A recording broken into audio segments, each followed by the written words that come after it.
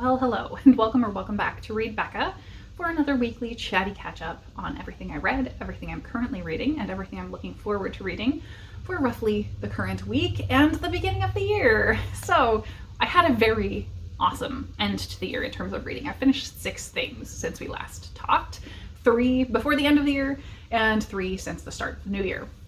So things are going great to kick off, I would say, and we have a lot to talk about to catch up on. So let's start with one I don't have on hand, with The Little Stranger by Sarah Waters, since I've already somewhat alluded to this in my goals video. Sarah Waters was an author I have not read from before, that it was a goal of mine to read from her because I have been constantly recommended her books. And I picked The Little Stranger, which is kind of an outlier for her books because it has a man as the protagonist and narrator, and also no lesbians. So I think those are pretty different from her typical. But I loved it. I thought it was so fantastic. I will say, I listened to the audio, and the audio narrator is Simon Vance, which if you are someone in the audiobook world, if you know audiobooks at all, Simon Vance is like top-notch audio narrator, and he was, as usual, just impeccable for this story. This was what I was feeling in the moment, in terms of stories that were drawing me. Spooky houses showed up a lot in my recent reading, and this was that. So that's really why I went to this. Following my whims.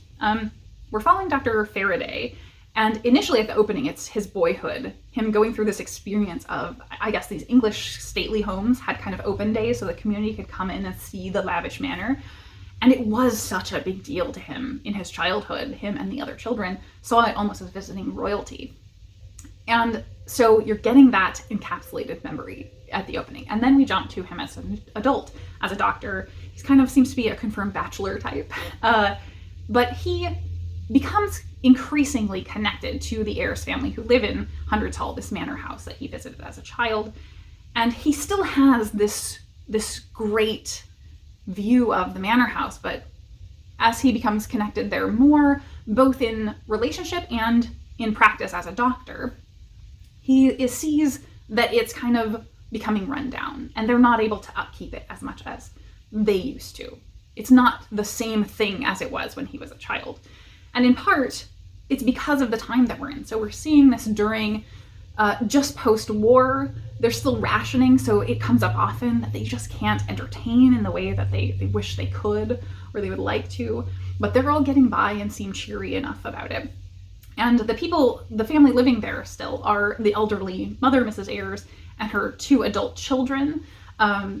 Caroline particularly makes a great connection and becomes a friend to the doctor. And then they have a live-in housemaid who is a teenage girl, Betty, and she initially is what incites the doctor coming to the hall. Because she's ill, he shows up, and she's very unsettled about the house throughout. She seems to have a very consistent view of the house, but she doesn't seem to mind being there, living there in general, as long as it gives her the freedom that she's afforded of having a job, more or less, which is interesting. But as we go along, this is a spooky manor house book. So obviously, increasingly strange things start happening. Roderick, the lord of the manor, I guess he's in his 20s, but he's the man of the house. He seems to be losing his mind a little bit. And so the rundown of the hall increases. The occurrences of unusual manner keep happening, and you can kind of tell where that's going. But overall, it feels like this is sort of peeling an onion. There are all these layers to it, and it very much is telling the story of, in a spooky manor house way, aligning the breakdown of this house with the changing society, the rundown of this type of classism that existed, and a going away of a world order that used to exist and no longer really does. So we see a lot of society aspects where people are selling these kind of stately homes. They're not able to afford to upkeep them through the conditions post-war.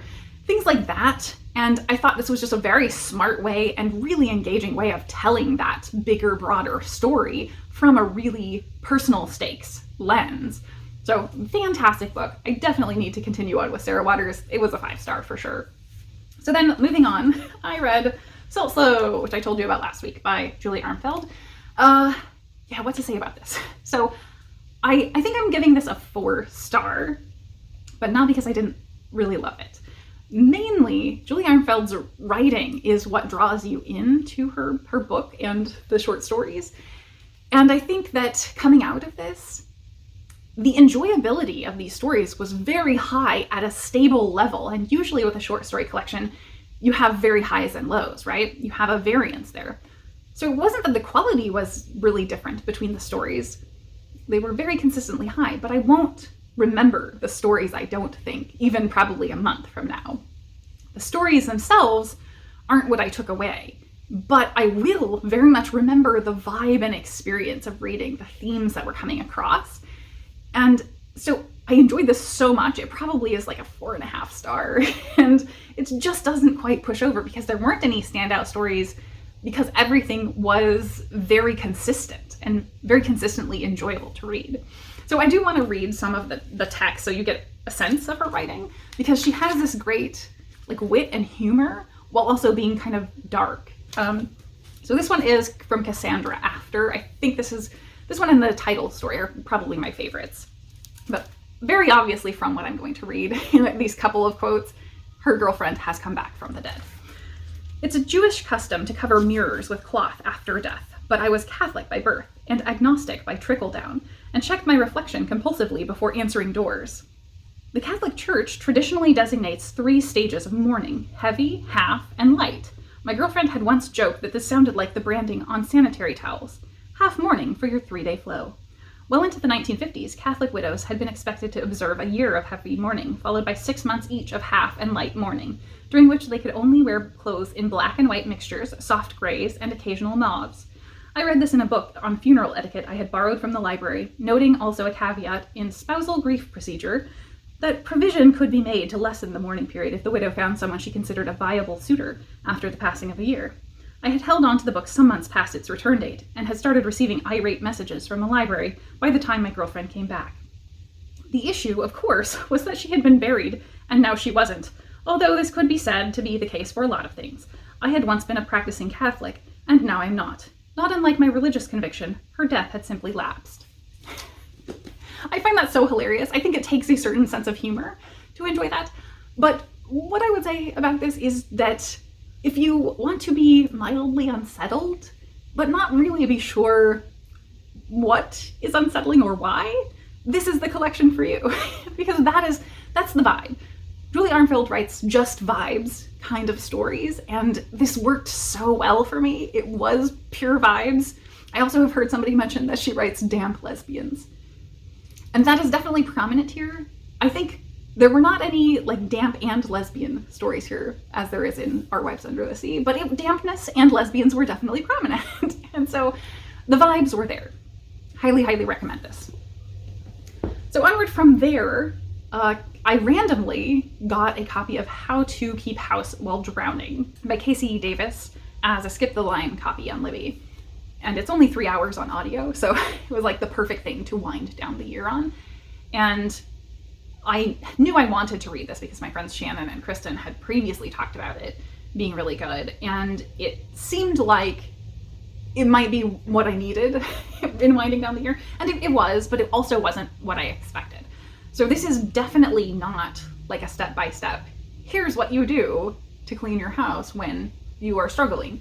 It's not that at all. It's much more about mental framing and kind of building and tackling your mental framework for how you view home care tasks. It starts though from the perspective that you probably have a lot of stigma or social pressure around the idea of morality and ethics, of keeping a clean house. That you have some association between feeling morally good and keeping your home clean, and it making you feel bad to not have a clean home. And I don't have that as much, really. I mean, I do definitely, I keep a clean house as much as I can. I don't have a lot of mess, but certainly I don't feel that bad if things get overrun here and there. Like, it's okay. So I lack a lot of that pressure, but still there were many things here that were really valuable for me to take out of this. Like, very specifically, beyond those aspects, she is talking about how to be kind to yourself and view your needs as, as priorities over house care needs that don't necessarily need to be done. Like, what is the minimum viable home care that you can do? That's what you should be trying to tackle first, just to get by. Like, you need to have a clean outfit to wear, or your family needs a clean outfit to wear. You don't need to complete all of the laundry necessarily all of the time. So things like that. What is the minimum viable home care? And things like being kind to yourself in your views of accommodations that you might need to adapt. Where I think specifically for me, like, I have been at a point the past couple months, because of things going on, feeling very overwhelmed with home care stuff. And so two things that she brought up that were very direct hits for me, like, I have been directly thinking a lot that, like, I have disposable plates, and I've been feeling very overwhelmed by the fact that just dishes and laundry are constant. They are never ending, right? And so in my mind, I always am, or much more recently have been thinking, like, I have these paper plates that have just been here for years because I never use them when I have visitors anyway, but I could use those. If I'm really struggling, I could use those. And so I always am going, if it gets bad enough, I can use those. But then I just don't have a line for where bad enough is. And like, I place that at, I'm completely failing, basically. And so I just never make things easier on myself. And also there is that aspect of not wanting to be wasteful, certainly, but she brings up that specifically to do with things like disposable dishes and feeling like we're being wasteful, as if you are talking about somebody who has a medical need for something disposable, like diabetics who need disposable needles. You would never judge them for that. Like, that's just a need that they have, an accommodation that they need, and though it is waste, it's necessary for their well-being. So you should be looking at these needs for your mental health in kind of the same way, where yes, today it might be wasteful, but if using a disposable dish today is going to help you get somewhere where you can do better and not be so overwhelmed in terms of feeling like you can manage dishes again, like, that's okay. And you need to be able to accept that. So I think being given that, like, I don't have to wait till it gets bad enough. I can just be like, okay, I am struggling, I can just do this. Like, that was very helpful for me. And then the other one was, recently I have talked about decluttering and meanwhile at the same time being struggling with the day-to-day, and that doesn't make a lot of sense.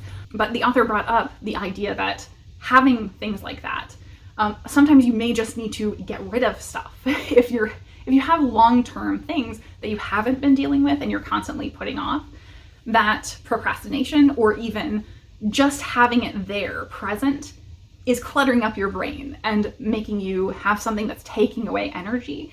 And if you deal with those longer term things, maybe you're going to be able to deal with the day-to-day more, because the long-term stuff is not going to be bothering your brain. So that really helped me sort out why I was like feeling this sudden rush toward decluttering while actively like really struggling with just doing the day-to-day cleanup. So, and in part, certainly that decluttering, like, I know I have a very positive mental association with decluttering, so I knew it was going to make me mentally feel good, but I hadn't put two and two together there. And I do think that has been very true to life, that things have gotten better since then. So yeah, this was all around very good. I don't think it blew me out of the water or was 100% applicable to me, but considering that it's only a 3-hour audiobook and it's even condensed down further for people who have a need to abbreviate it, like there are options for how you can read it. Like, I think that was very, very helpful, and I took away a lot more than I expected from such a short book. So that was what I wound down the year with and finished out 2024. Jumping into January 1st, 2025, I started the year with 84 Charing Cross Road by Helene Hanff. And this was so fantastic. I can't believe I haven't read this before. So this is a collection of letters from Helene to a bookstore in England. And she's living in the US in New York. And this takes place over decades. It's quite short, and you're not getting every letter, but you are getting these important ones, these meaningful ones. Basically, she's writing to this bookstore in interest of getting a book. And she starts a relationship with the people of this bookstore, not just the person she's corresponding with, but everyone at this bookstore begins to have a kind of cherished relationship with her. And she's constantly invited to go there, but things keep coming up to stop her from going, which is a little bit heartbreaking to hear, because like years are going by and you're like, please just go. You have people waiting there to house and feed you. And she doesn't go. She does eventually. I think that's the follow-up book. But like, it is so charming. This is the most charming book. It's incredible that this is nonfiction as well. It's amazing. I kept thinking about the fact. So this is taking place from the, I think, late 40s to late 60s. And she is a woman who is living independently. She kind of writes at times like a woman of the 70s. She's very brash and like straightforward, direct. She kind of gives them a hard time often, and it's really funny. But this is a woman who was living happily, independently during this time when she couldn't have a bank account or a line of credit or take out a loan or anything. Like, those are probably the barriers to her traveling, really. Like, where I would, just be able to pay for something on my credit card, right? But she is this amazing woman who also was a TV writer, and she has so many varied interests, but a lot of her interests are history, and the way she views history is so amazing and curious, because she's writing a lot of things for TV that have to do with history. And just her perspective and her perception of the world is wondrous. And she has such a curiosity for the people as well, where she immediately connects with them, and she's aware that they're rationing still. I mean, even like years into this, they're still rationing. I hadn't realized it had gone on that long. And so she starts sending them food and stockings and stuff, because she knows that she's able to kind of get them things, even though she's not wealthy. She can get them and send them. And it will make a huge difference if she sends them a pallet of eggs, like things like that, where she's always thinking of them. It's just a really incredible, heartwarming and charming story. And if you have read this and not read Once Upon a Tome, I would heartily recommend that, because the vibe and the charming elements of them are very, very similar. So yeah, great way to start the year. I was very slow a bit in getting into things. Then I, on audio and hybrid reading, read The Reason I Jump. So mainly I listened to this while I was taking down Christmas decorations, and it looks kind of longer than it is. This is not very long at all, because it is formatted as like question and answer. So there's a question at the top and then it's an answer. But this is written by a 13-year-old Japanese boy who is nonverbal autistic. And so this has an introduction by David Mitchell, the author, not the comedian.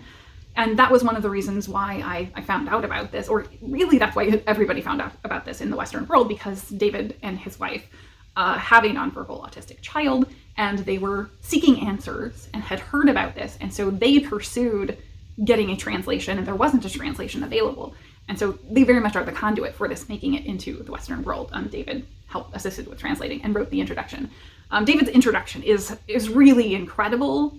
He clearly is someone who doesn't have autism himself, or have profound autism at least, but has sought to understand it as deeply as he can. And so his explanation of how he perceives autism is very, very good, like really aligns with how I would explain it to people in my life. He talks about the idea of an autistic person not having an editor in their brain. And obviously it's an information processing disorder. And so that rings very, very true. Being overwhelmed with information coming in and not having a filter for all of the stuff you're dealing with. And so he just really, the intro really hit me hard, and I was not expecting to go into that. Like, I just started the audiobook and I'm taking down Christmas decorations, and it's just like hitting me immediately. But then getting into Naoki Higashida's story, the 13-year-old boy, he also has such empathy and is trying to build a bridge with the people he cannot speak to in what he's experiencing in his body, and how a neurotypical person might understand that from outside. And so everything that he's writing is very much from an empathetic perspective, where he's like, this might seem weird to you, but this is why I do these things. And so, yeah, I really enjoyed that. They're very simple, easy to understand answers, and I resonated with so many of them. Like, the maturity for a 13-year-old is very high, definitely, though it's written simply. There was this moment where he talks about things like feeling like because of everything that you're experiencing, you have to constantly be holding yourself in. And oh man, again, it just hit me very hard. So there were moments throughout this that were very resonant with me. Yeah, so it was really, really fantastic. And kind of going back to How to Keep House While Drowning, there was certainly some pretty significant overlap in mentality and really considering the mental effort day to day of being non-neurotypical. Yeah, so I found so much I connected with in this book. It was really powerful, and I've had this on my shelves for a really long time, so I'm very, very glad to have finally gotten to this one. Just a stellar read. I would say there is one thing about this that it didn't necessarily rub me the wrong way, but I think it's maybe the wrong approach, in that Naoki frequently makes we statements. We collective autistic people do this, and I think he probably is speaking in generalizations or broadly about things that are typical of autistic people, but I don't think probably in the Japanese it would be a literal we statement. Like, that would be a very specific thing. And so I kind of doubt that's how it's executed in the original text, though it could be, I don't know. But I don't like how definitive that comes across as a we statement, as if he's saying this is how all autistic people are, when there's a lot of variance, obviously. But I don't think that really mars anything here, especially given it was written by a 13-year-old. I think it's probably just not the right translating choice in terms of my liking. But if you can get over that and understand that he is not literally speaking for all autistic people, which is a pretty rational thing to do, I think you will very much enjoy this. And lastly on the list is Assembly by Natasha Brown. And I very much enjoyed it. So all enjoyed, and this was short. So another short thing. I've read only short things since the new year. This I wanted to read since it was all over BookTube, like 2021, I think, or 2022. And I'm glad I finally got to it. But this is very hard to talk about. It's definitely contemporary, and we're following a woman who is never named through the experience of modern corporate life, really. And so it's very anti-corporate, but it's so many other things. And it's hard to get across. This is written not quite experimentally, I wouldn't say, but it's written in very small, short snippets. And what I think the strength is of this is that it doesn't focus in on any one thing. Like, there isn't a singular central plot. So we're watching this unnamed narrator experience sexism in the workplace and experience racism in the workplace. We're seeing her experience racism from a systemic perspective. We're seeing her experience sexual harassment at work, becoming a relationship, the complexity of that. We're also witnessing her as a woman of color who is of Jamaican descent or Caribbean descent while also being British, and the fact that she has one foot in each world or country and doesn't quite feel like she fully belongs in either place. The gendered expectations, like there's this great, very background element that is just barely there of her basically being treated equally to a white guy who barely shows up or does anything, who's totally an underachiever. And meanwhile, she is striving and going above and beyond. And they're treated as at very much equal footing. And so, like, every single thing, every element I just described is a background element, pretty much. And what the point and the plot of this book is all of the culmination of those things, much less than any one singular element of those. So, hard to describe, but I really, really enjoyed it. I thought this was very fantastic. And I think Brown has a new book that has just come out or is just coming out that's very intriguing as well. So, glad I got to this before the new book that hopefully I will be getting to soon. So I need to actually I'm about to run out of battery, so I'm gonna pause this and come back shortly. All right, we are hopefully back with enough battery to finish this out. You may or may not have noticed that this is a library book, and I read it after the beginning of the new year into my Read What You Own challenge. So this obviously does not count for my Read What You Own challenge, but this, as well as two other library books, How to Be Eaten and Unconquerable Sun, I've had out for a while now, and they're the last remaining physical books I had checked out at the end of the year without having read. In my deranged mind, I thought I was going to read all 3 of these in like 5 days, and along with other stuff that I was prioritizing getting done before the end of the year, and that did not happen. I also did not read anywhere near as much on the holidays and the weekends of the holidays as I had expected, so that's fine. And that just means I'm going to try to read these, continuing. They're obviously not going to count for my challenge, but I'm not going to count them against me or restart my challenge or anything. I'm just going to continue reading and counting the books I read that I own. So this one is going back now, thankfully, and these 2 I have yet to go.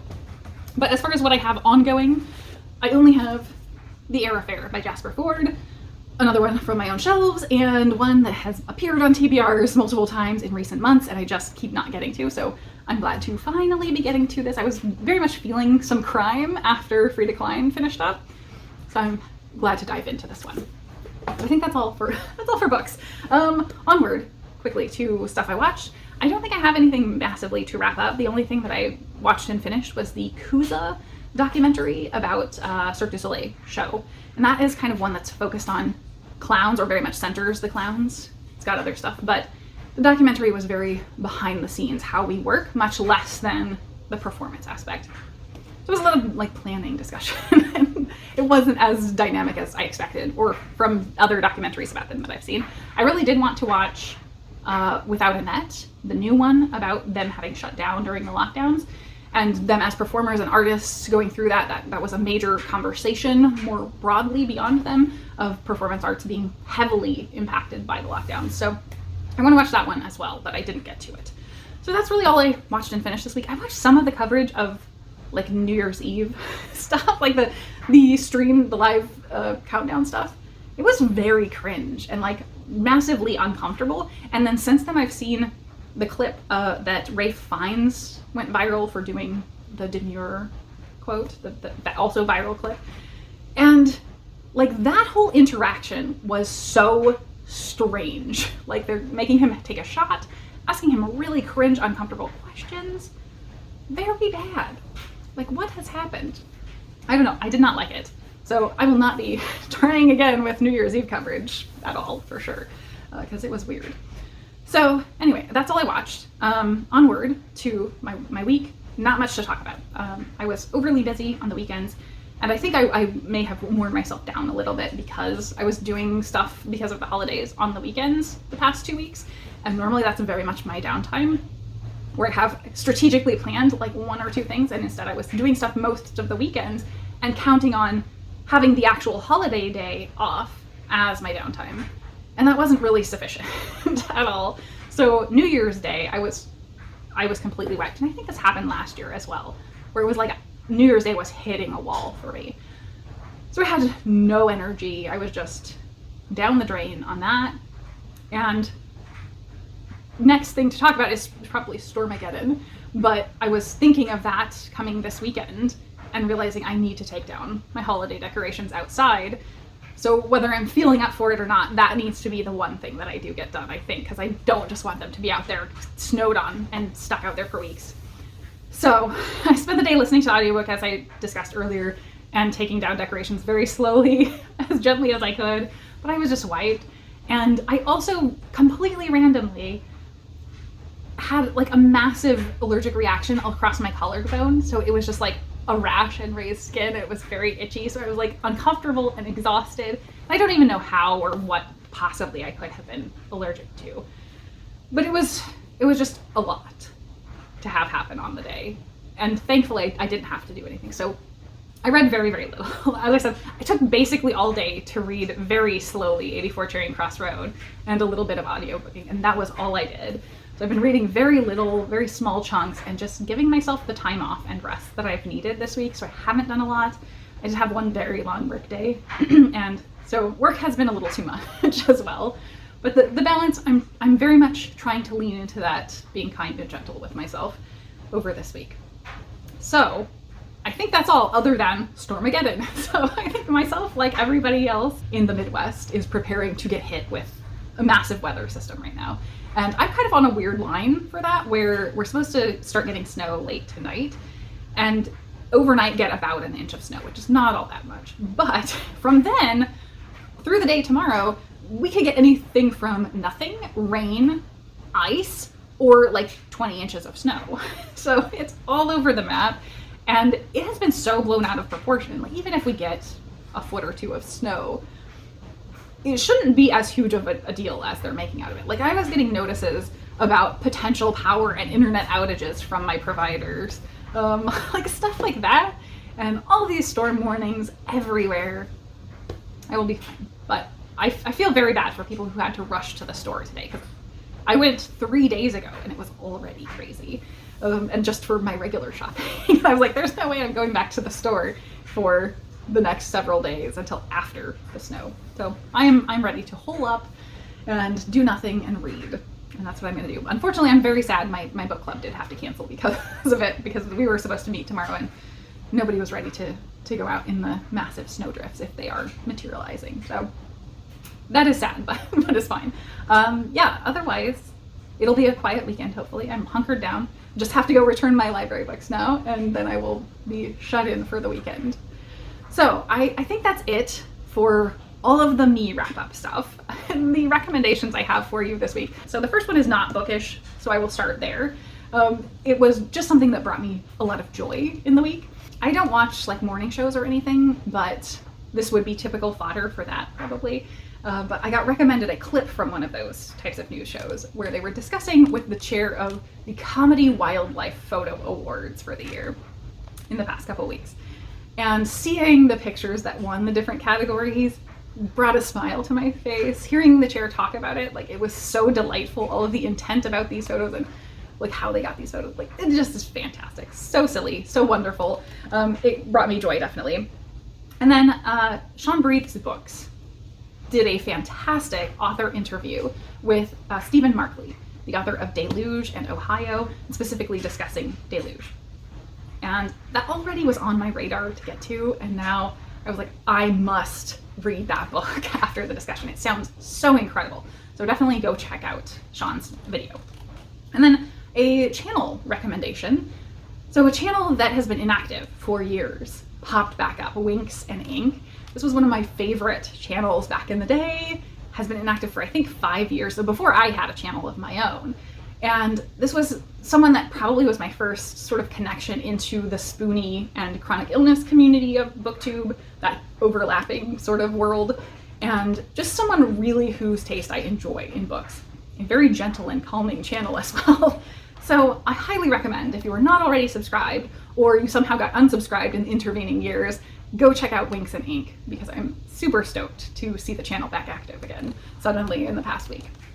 So I think that is where I will leave it for today. Thank you all so much for joining me. I hope if you are also in the path of the massive winter storm, that you are keeping safe and at home if you are able. Take care of yourselves, and thank you so very much for watching.